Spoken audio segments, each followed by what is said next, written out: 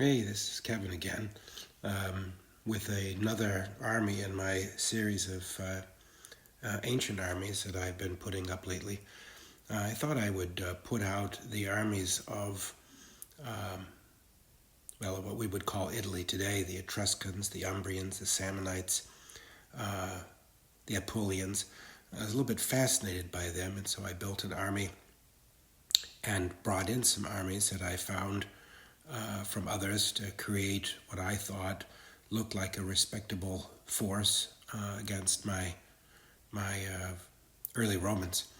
But these I'm calling it basically my Samnite and early Italian armies. But the Samnites, they were one of Rome's most fierce enemies. From about 343 to about 272, they were really the only Italian nation whose military qualities the Romans really feared. If you read Livy and some of the others, they really talked a lot about them, that they were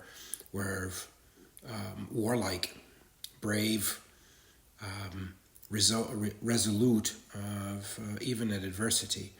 So, their main strength was swift-moving javelin armed infantry, organized in cohorts and legions, many of them being very armored. So there's a lot of pictures of them out there, of people's ideas, but paintings of them on vases and other things that kind of give you an idea. But, their preferred tactic was to surround an enemy and pelt him with javelins, avoiding hand-to-hand combat as best as possible. But anyway, the reason that I built it is I thought they were very, very colorful in nature. And it wasn't only just the Samnites, but the Etruscans, the Apulians, and the rest of the states surrounding the Latin forces at that time. So the Samnites were really more of what you would call a language that was Oscan based. It wasn't Latin, and they were similar to the Romans or the Latins at the time, but also very, very different. And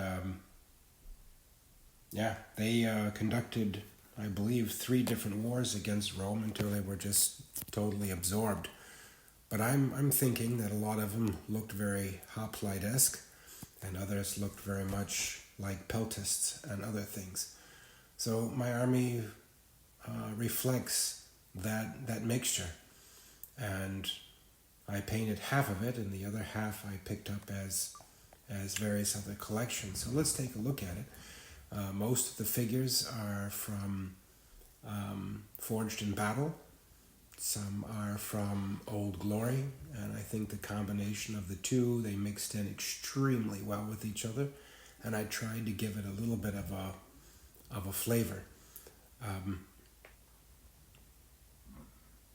You'll see some of the figures like these right here that are more Samnite and maybe Apulian oriented. Some are painted more like Samnites and various other nations. And one of the things that I use them for is you can add these troops pretty much into any army. I've used them as Lydians, with Croesus fighting the Persians. I've used them with Pyrrhus's army. I've used them as allies to Gallic armies. Anybody who really hated Rome, you could add them. The Carthaginians had them. And so I like the variousness. If that's even a word, the variousness. But if not, it should be. Of the different units. So some of them, the shields were hand painted, and some of them have decals. And I think the whole army looks great. You can use it as an Etruscan army. You can use it as any army from the south of Italy. So those figures right there are kind of painted up as more Greek, Phoenician-like. And so I think you can just kind of use your imagination of what you think they should be and what they should look like. But I really felt that I needed to do something because they were really such a fierce enemy. One, to the Persians in the early, so these cavalry were painted up to be more like Lydian cavalry. But it just kind of all fits into the same time thing. They're actually Etruscan figures, but I thought they looked a little bit Lydian in the description from Thucydides. I've used a lot of different figures who do different things, but I mean, tell me, look, 3 wars against Rome, and they didn't have a small army. If you read Livy, which really can't believe everything they say, right? I mean, a lot of it's fabricated, to be honest, but it's the best thing we have to go by. They said the army was close to 40,000 to 60,000 men. That's equal to 4 consular armies. That's not small in its own right. So I thought that this army should be painted. Some of these I purchased, and others I built and painted, but I think that the army together as a whole, I was able to create it enough that it morphed in together. And hope you like it.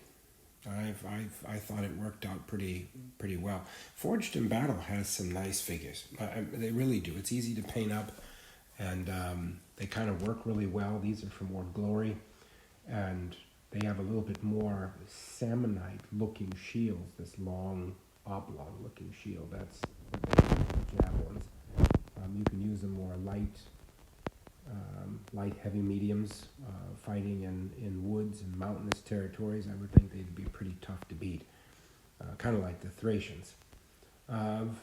These troops right here I use quite often, supporting Pyrrhus if I'm doing something of that nature. But I hope that you liked it. I think the colors are fantasy. That's kind of what you think they might look like, as we all do. But I think altogether they kind of turned out very nice. And I hope that you like the showcase of the Italian armies, or what was the Italian armies.